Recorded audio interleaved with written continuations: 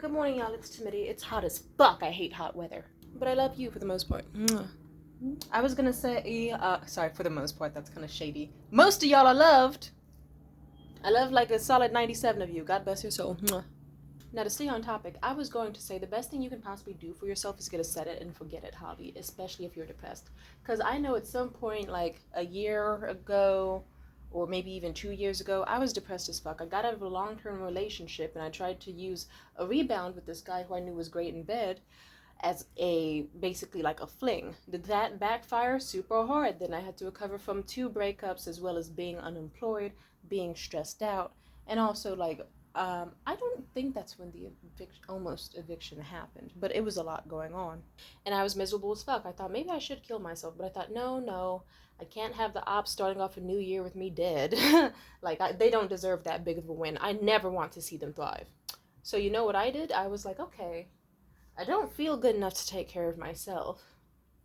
The last few attempts I had tried to nurture a man did not work out. I want to be self-loving, but I don't know if I could fully do it because my life's fucked up and I don't know where to start. But I thought to myself, you know what? I do have a vague interest in succulents. Maybe I could do that. I looked it up. I learned, holy shit, you can do propagation and you can do that for free. You could just take a bus to like a Home Depot and pick up all the fallen leaves off the ground that they were going to toss off anyway. They're entirely free. It's legal. You can take those home, get some rooting powder, and propagate them and grow your own little plants. And I thought to myself, this seems like a great marker of progress for me, because then even if I get even more depressed, I can just straight up like start, like, how do I put this? Let's just say I went to Home Depot, dealt with the most cunty fucking old white men that you can imagine getting mad at me over dumb shit. But guess what? Fucking sacrificed my already non-existent mental health just to get rooting powder, some pots, some soil, and have a good time. And you know what I fucking did? I got a bunch of succulents. I even got some recently. Shout out to my buddy online. I believe their username is Corbin300. I could be wrong. I apologize if I got it wrong. For getting me even more succulents that are beautiful. I love them so much, and I'm gonna put them all around my house.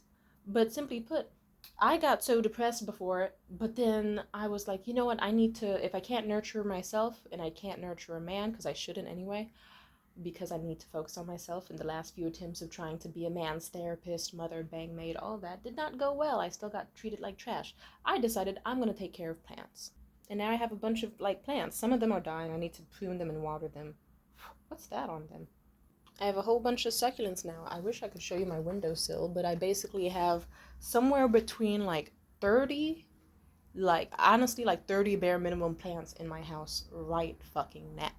I'm pretty sure I have even more than that technically, but oh my god, it's the best hobby I've picked up, because 2 years later, guess what? Whenever I'm depressed, you know what I do? When I'm feeling sad and I don't feel like eating, taking care of myself, anything, I decide I'm going to take a bus to a Home Depot, pick up some stray leaves, check out the cute little plants that I like and adore, maybe even buy some, take them home, dip them in the rooting powder on some, and you know, it's a great thing because you just have one day where, like, I'm a germaphobe, but I still was like, I love the smell of soil, and I was like, you know what? Just I can dedicate like just like an hour or even like 10 minutes to just pack some dirt in here, squeeze the plants inside, maybe even water it just the littlest bit, and then put it on somewhere nice in my house. And then boom, I already got like plants decorated, windowsill decorated with plants. Like whole house looks better. I did home decoration, organizing, and also I'm thriving and helping like nurture a living plant. That's amazing. And then you know what I did? Because I did that, no matter how depressed I got, or even if I forgot that I had succulents in the first place, you know what I fucking did?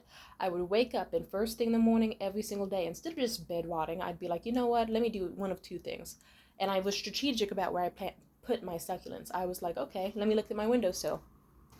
Oh wow, look at that one, it's already growing already, it's going so fast. And then I put some in the kitchen, and I checked on the ones in the kitchen. I was like, oh my god, holy shit, some of these leaves are already making babies and smaller succulents, and it's only been a few days. Wow, life is amazing. And I would not be tripping on if that nigga texted me. It wouldn't be the first thing I'd check in the morning. I made a vow to myself that the first thing I'd check in the morning is on those plants.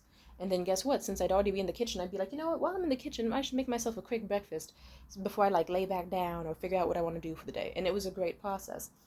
But either way, it didn't matter if I checked them every single day either, because if I got so depressed that I just wanted to like fucking collapse in my bed and not wake up and barely move for like a week, several weeks, months even, I could still rely on myself to come out one day and be like, holy fucking shit, When did my succulent start blooming flowers? When did this plant get so big? When did that one?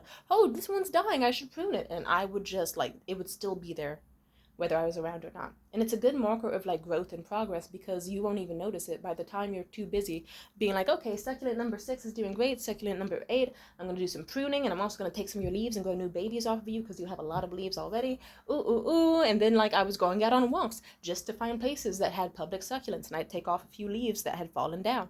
And I was like taking walks, getting food while I was out, enjoying nature, sun on my skin, water, tea, all that shit. And then guess what? I totally forgot to trip over a nigga. Totally forgot my stress. Totally forgot to be irritable because I found something to be grateful about. Another hobby that is a set it and forget it hobby. What I'm saying is you need hobbies that sometimes you can just forget that you have. And that you know that when you come back, it's still going to be there, and it probably is going to be flourishing without you. That's why some people like video games like Animal Crossing or Cult of the Lamb, because that game continues on whether you're playing or not. And then by the time you come back, the video game's like, hey, where did you go, mister? There's a bunch to do. Oh my god. And then like they throw a fuss, and there's like new activities to check out, new things to do. And then what's fucking wild is I remember at some point I got depressed again, and I thought to myself, I want to, what's something like what I want to do? How do I put this? When I get bored or depressed, I still try to find things I can do, big scale or small scale, high effort or low effort, that I want to try and do. And like you can start off with low effort. I remember I saw videos from this man online called a Johnny Kyungyo or something. I believe that's his name, or Johnny Kyung Chao. In a nutshell, he makes videos about Korean chung, and if you don't know what that is, it's when you take fruit and sugar and you layer them in a sterilized jar, kind of like a lasagna, and then you put it in your cabinets. Then it goes through this process of osmosis where it draws out all the water, and it like makes this extremely like rich, nutrient dense like syrup, and it's amazing. I remember I thought to myself, that sounds incredible, because I love making syrups. Like, it's the, like, if you ever are like, ooh, Tamir, let's make breakfast, I will throw the fuck down in the kitchen. I know how to make eggs, I know how to make bacon. If you want pancakes covered in, like, homemade strawberry syrup or lemon curd, I got you. So I was fascinated. I was like, okay, what if Korean people are better at making syrups than Americans? Because they say that it has 10 times more flavor than any generic, like, syrup you could get at IHOP, or even stuff you could cook at home, because it doesn't cook out the nutrients. So I was like, you know what?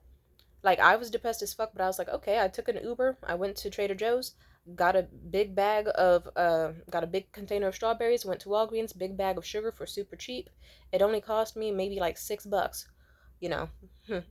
And then simply put, I went the fuck home. And you know what I did? I had my, oh, I also got like sterilizer and stuff. But simply put, I washed my jar, sterilized it. It's not that hard to sterilize things. You'd be surprised how easy it is. You could even just use like extremely hot water and washing, and you'll be okay. I layered that shit, put it in my cabinets, forgot about it for weeks, and I let it sit and sit and sit and sit and sit. And then I remember months went by where I forgot what happened. I don't think it was a breakup, but something happened to me. Yes, last winter. Goddamn, I have awful fucking winters. It's amazing I'm not Scrooged yet with how many bad Christmases and winters I've had. But anyway, I was depressed as fuck because at that point I was, yeah, at that job I was unemployed, right? That was the job. And then I was just feeling like shit and feeling like a failure, and not, and everything was bad. But then I went, oh wait, didn't I make something in my cabinet months ago, like impulsively before shit hit the fan? I went in my cabinets, tried the syrup. It was the best thing I have actually ever tasted in my entire fucking life. Oh right, I used strawberries and oranges, and I layered them in the sugar. You know, like cuties.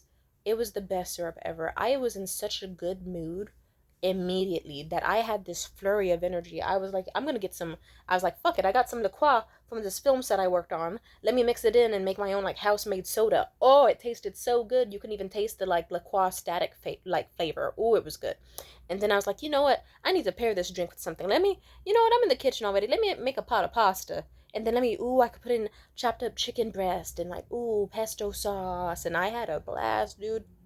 And then I was like, you know what? As I'm cooking, I should like figure out like what's some music I could play. I should play music that they used to play at one of my older jobs. Like they would always play classy 1950s music. So I put that shit on and enjoyed the sounds of it swaying in my kitchen. And then I was like, you know what? I also got some raspberries in here I want to make sure I used. I made house-made raspberry jam. I melted some milk chocolate, used some little candy melt containers I had. I put that shit in the freezer, and oh my god, I did so much that like in one single day. It was like a little 360, like a 180 change. Huh. And then I remember I was in such a good mood that I was like, you know what, I should bond with my housemate. Hey, come out. I got, like, if you want dinner, you can have some of mine. It's so good. It's cheesy chicken pesto pasta and chocolates and stuff. And they enjoyed themselves. And I was in such a good mood that I was like, let me also get on my PS4 and let me play some video games.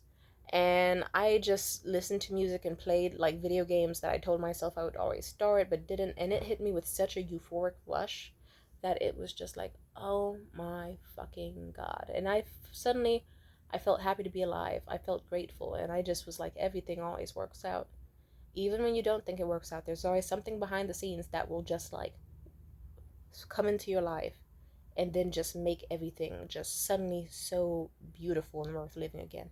It's not always another person.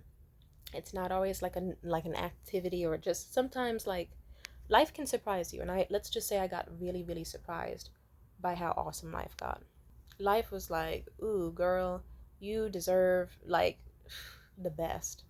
And what matters is it wasn't me, like, I could have got dopamine from like dates or a romantic interest or like trying to text people who didn't want to talk to me or through chaos. But instead, I was like, I'm alone. And this is something that no one else I know is interested in. No one else I know is interested in succulents or Korean chong, but it's not going to stop me. And I remember I got online. I was like, hey, y'all, what are some like set it and forget it hobbies that you like support for people? Some people said, ooh, sourdough starter. Ooh, you should get into this, that. Ooh, goldfish breeding, like like stuff like that.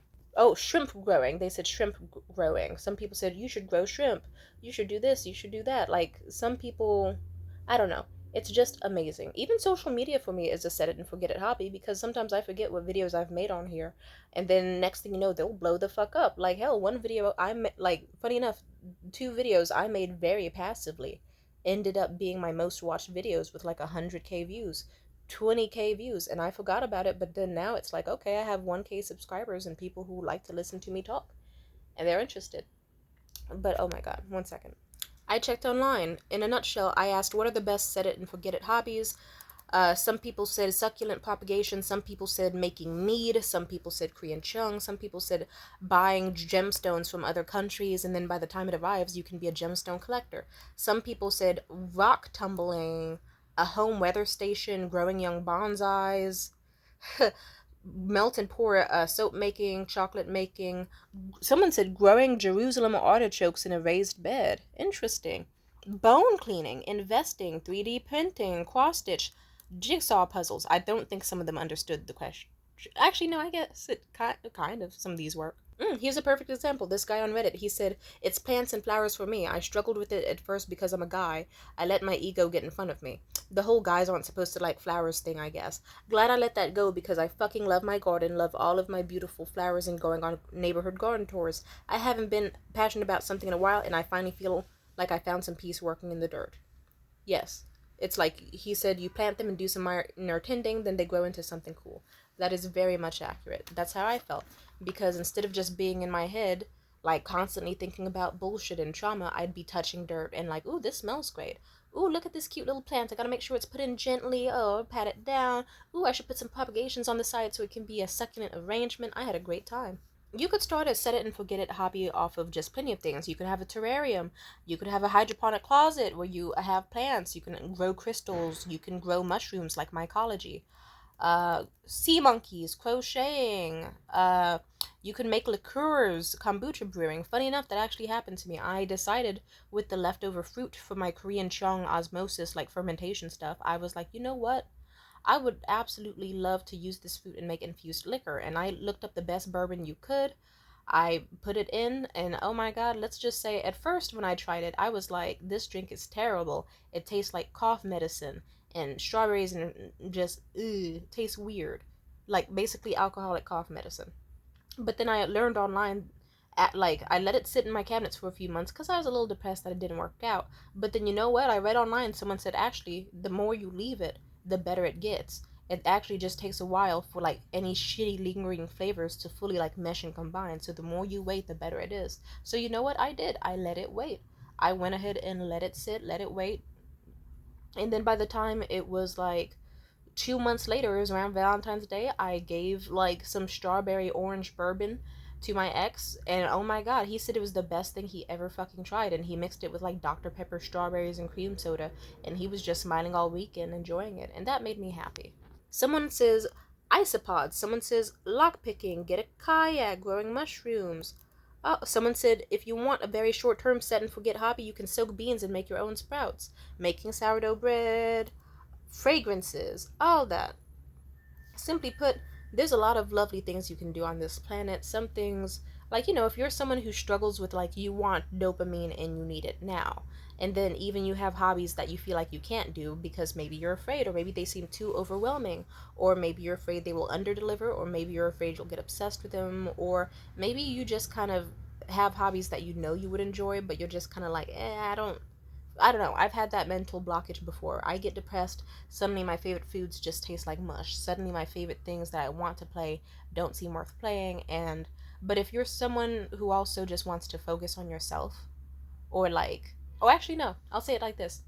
If you're someone who has a complex time focusing on themselves, and like maybe you're in a bad place, the best thing you can do is have a set it and forget it hobby. Like, it's kind of like in another video I made. I talked about how when I go through a breakup, I get myself a piece of jewelry from another country so that by the time it arrives, like, I can just have it as a marker of progress.